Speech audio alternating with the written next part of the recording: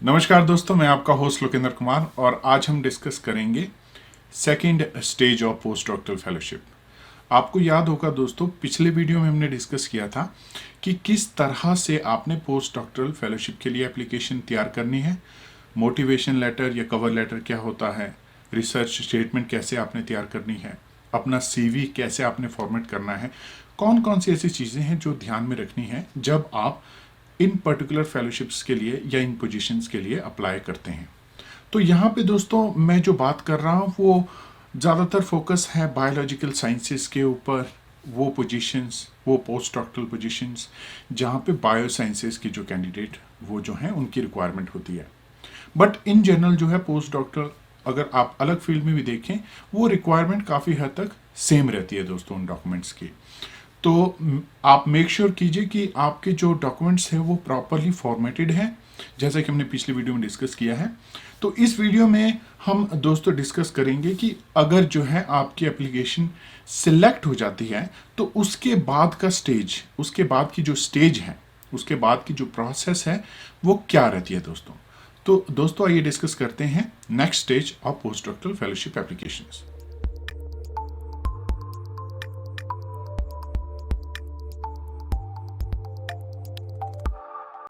दोस्तों तो मान लेते हैं कि आपने अप्लाई किया है डिफरेंट डिफरेंट लैब्स में और आपको 2 या 3 अलग अलग लैब से ईमेल नोटिफिकेशन आ गई है कि आपकी जो एप्लीकेशन है वो पहली स्टेज जो है उनकी पार कर गई है, यानी आप सेलेक्टेड हो गए हैं एज ए स्क्रीनिंग कैंडिडेट और फॉर इंटरव्यू। तो उसमें क्या होगा दोस्तों, अलग अलग लैब्स का अलग अलग सिस्टम रह सकता है, अलग अलग यूनिवर्सिटीज़ का अलग अलग सिस्टम हो सकता है।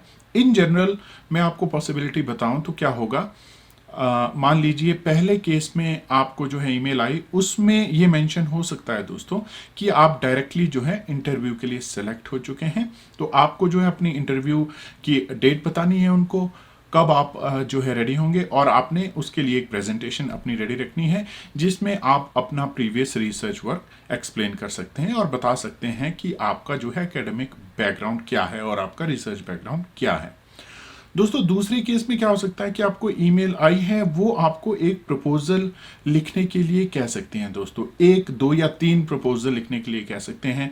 मेरे केस में क्या हुआ था दोस्तों, मैंने अलग अलग जगह अप्लाई किया तो कई जगह से मुझे एक जगह से मुझे कॉल आई थी, तो उसमें से कहा गया था कि आपको एटलीस्ट 3 प्रपोजल आप सबमिट कीजिए, स्मॉल प्रपोजल सबमिट कीजिए in the area of the research where that particular lab is working. जहां पे वो लैब काम कर, जिस एरिया पे वो लैब काम कर रही है उस एरिया पे जो है आप 3 प्रपोजल सबमिट कीजिए। तो इस तरह से भी आपको कहा जा सकता है। दूसरा जो है दोस्तों, एक प्रपोजल एक पर्टिकुलर एरिया पे जिस पे आपका इंटरेस्ट है उस पे भी पूछा जा सकता है। तो रीज़न यहाँ पे क्या है दोस्तों, इस चीज़ का रीज़न ये है कि जो आपकी हायरिंग एजेंसी है या लैब है वो जानना चाहती है कि आपकी जो है रिसर्च माइंड आपका है या नहीं, आपकी रिसर्च में जो स्किल्स हैं वो कितनी है, आप किस तरह से डिज़ाइन कर सकते हैं कोई भी प्रपोजल और कितनी जल्दी डिज़ाइन कर सकते हैं। तो एक तरह का ये तरीका होता है दोस्तों कि आपकी स्किल जानने का तरीका हो सकता है। तो जब आप इस तरह से प्रपोजल बनाएंगे, उसकी अलग अलग गाइडलाइंस होती हैं दोस्तों प्रपोजल कंस्ट्रक्शन की, वो हम अगले वीडियो में डिस्कस करेंगे। बट यहाँ पे मैं ये बताऊंगा कि आपको जो है एक शॉर्ट प्रपोजल जो है बनाने के लिए कहा जा सकता है। अब जो है आपने प्रपोजल सबमिट कर दिया उनको, तो आपको उसके ऊपर प्रेजेंटेशन देने के लिए भी कहा जा सकता है, ये स्टेज भी इंक्लूड हो सकती है। दूसरा जो है डायरेक्ट इंटरव्यू में भी आपके प्रपोजल के ऊपर क्वेश्चन पूछे जा सकते हैं दोस्तों। तो उसके बाद जब आपने प्रपोजल सबमिट कर दिया और आपका प्रपोजल एक्सेप्ट हो गया है, तो थर्ड स्टेज आ गई आपकी इंटरव्यू की स्टेज। तो इंटरव्यू स्टेज में क्या होगा, आपका ऑनलाइन ऑब्वियसली इंटरव्यू होगा, क्योंकि आप अगर अप्लाई कर रहे हैं, अब्रॉड अप्लाई कर रहे हैं, यूनाइटेड स्टेट्स में अप्लाई कर रहे हैं या यूरोप में अप्लाई कर रहे हैं, तो वो आपको एक टाइम देंगे जो सूट करेगा दोनों के लिए, और उस वक्त आपको रेडी रहना है दोस्तों। आपको, अगर आपने ये 2 स्टेजेस पार कर ली हैं तो आपको बहुत ही सीरियस हो जाना है और आपको तैयारी कैसे करनी है। पहला, जहां आपने अप्लाई किया है उस लैब के जो रिसर्च आर्टिकल हैं, स्पेशली रीसेंट रिसर्च आर्टिकल्स हैं, वो आपने थॉरोली पढ़ने हैं और अपने कॉन्सेप्ट पूरे क्लियर करने हैं दोस्तों। जरूरी नहीं है कि आप जिस एरिया में काम कर रहे हैं आप उसी पर्टिकुलर एरिया में आपको पोस्ट डॉक्टरल मिले, ये जरूरी नहीं होता दोस्तों। तो अगर आप एरिया चेंज कर रहे हैं तो आपको जो है उस एरिया के बारे में इंफॉर्मेशन होनी बहुत ज़रूरी है। उसका जो है एक पॉजिटिव इम्पैक्ट जाता है दोस्तों सुपरवाइजर के ऊपर, साइंटिस्ट के ऊपर। तो वो इस तरह से लेते हैं कि देखिए ये जो कैंडिडेट है बहुत इंटरेस्टेड है हमारी रिसर्च में और इसको जो है काफ़ी ज़्यादा नॉलेज भी है उस फील्ड का। तो ये बात आपने याद रखनी है कि अपने आप को फुली प्रिपेयर कर लेना है और जानने की कोशिश करनी है, ना कि सिर्फ अपने रिसर्च एरिया के बारे में प्रॉपरली और उनके रिसर्च एरिया के बारे में। वो कैसे जान सकते हैं दोस्तों आप? उसके लिए आप जो है उनकी वेबसाइट विजिट करके उस पर्टिकुलर रिसर्चर का ऑल द पब्लिकेशन डाटा आप ले सकते हैं और उन पेपर्स को पढ़ सकते हैं दोस्तों।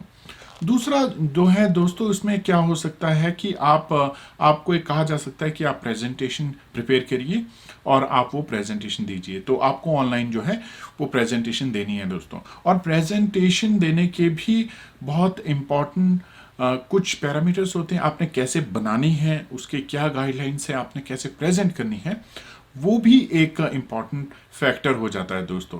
बहरहाल दोस्तों वो बात भी हम अपने अगली वीडियो सीरीज में कवर करेंगे कि किस तरह से जो है हमने प्रेजेंट करना है और कौन कौन से पॉसिबल क्वेश्चंस जो आपसे पूछे जा सकते हैं दोस्तों। तो एक तो बात ये होगी कि आपको प्रेजेंटेशन बनानी पड़ेगी और आपको प्रेजेंट करनी पड़ेगी। अब अगर आप जो है इम्प्रेस कर लेते हैं अपने सुपरवाइजर को या फ्यूचर सुपरवाइजर को अगर कहें हम, तो क्या होगा, आपको जो है पोजीशन ऑफर कर दी जाएगी दोस्तों। तो ये जो स्टेज है दोस्तों, इसको मैं स्टेज 2 कहूँगा, जहाँ पे आपको जो पूछा जा सकता है कि एक प्रपोजल बनाइए, और प्रपोजल कैसे बनाना है वो भी हम डिस्कस करेंगे डिटेल में। प्रेजेंटेशन बनाइए, प्रेजेंटेशन दीजिए, और जो है इंटरव्यू स्टेज में थर्ड जो स्टेज है, जो इंटरव्यू स्टेज है, उसमें क्या होगा दोस्तों कि आपका इंटरव्यू होगा जिसमें वो आपसे स्पेसिफिक क्वेश्चन पूछ सकते हैं आपकी रिसर्च से रिलेटेड, आपकी जो प्रीवियस रिसर्च है उससे रिलेटेड, आपका फ्यूचर, आप क्या एक्सपेक्ट करते हैं उस पर्टिकुलर रिसर्च से जो आप करने जा रहे हैं। तो ऐसे बहुत सारे क्वेश्चंस हैं जो वो पूछ सकते हैं दोस्तों आपसे। तो अगर आप जो है इंटरव्यू में अच्छा परफॉर्म करते हैं तो आपको जो है पोजीशन ऑफर हो सकती है दोस्तों। आपको ये ध्यान में रखना है दोस्तों कि वो एक ही समय में बहुत सारे कैंडिडेट्स को इंटरव्यू कर रहे होते हैं। तो आपको एक एज जो है अपनी एप्लीकेशन को देने के लिए आपको अपने आप को बिल्कुल प्रिपेयर करना है, और हर एक एप्लीकेशन जो आप सबमिट कर रहे हैं उन सभी एप्लीकेशन के लिए आपको अपने आप को फुल्ली प्रिपेयर करना है। और जो है अगर आपको मल्टीपल जगह से ऑफर आते हैं, और बहुत सारे केसेस में ऐसा होता है दोस्तों, क्योंकि जो अच्छा कैंडिडेट होता है उसको बहुत सारे लैब्स जो हैं वो पोजीशन ऑफर करती हैं। तो आप जो है सिलेक्ट कर सकते हैं, और सिलेक्शन का क्या क्राइटेरिया है दोस्तों आप जो है भली भांति जान सकते हैं, क्योंकि आपने अप्लाई किया है तो आप देख सकते हैं कि कहाँ आपका इंटरेस्ट मैच होता है, कहाँ जो है आप ये देख रहे हैं कि यूनिवर्सिटी बहुत बढ़िया है, इंस्टीट्यूट बहुत बढ़िया है। तो मैं प्रेफर करूँगा कि आप उस पोजीशन को सेलेक्ट कीजिए, बट डिपेंड करेगा कि आपकी जो है सिलेक्शन कितनी जगह पे होती है दोस्तों।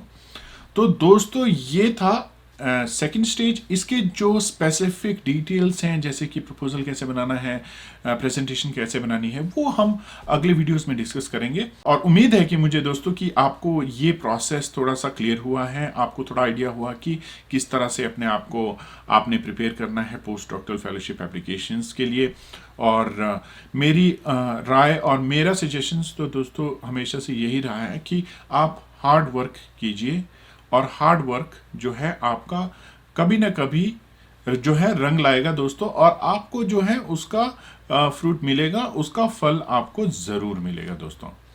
तो दोस्तों उम्मीद है आपके लिए ये वीडियो हेल्पफुल रहेगा, फ़ायदेमंद होगा इन फ्यूचर, और अगले जो वीडियोस आने वाले हैं इस सीरीज़ में वो भी आपके लिए फ़ायदेमंद होंगे। तो मैं उम्मीद करता हूँ दोस्तों अगर आप रिसर्च में जाना चाहते हैं तो आप जो है इस चैनल को सब्सक्राइब कीजिए, आप कमेंट सेक्शन में अपने क्वेश्चन पोस्ट कीजिए। मैं पूरी कोशिश करूंगा उन सवालों का जवाब देने के लिए जो भी आपके सवाल होंगे related to post doctoral applications. तो उम्मीद है दोस्तों कि आप बने रहेंगे चैनल के साथ और सब्सक्राइब करेंगे चैनल को और सपोर्ट करेंगे। तो दोस्तों, ये था आज का वीडियो जहां हमने डिस्कस किया कि second stage of post doctoral fellowship क्या होती है और कैसे अपने आप को आपने रेडी रखना है।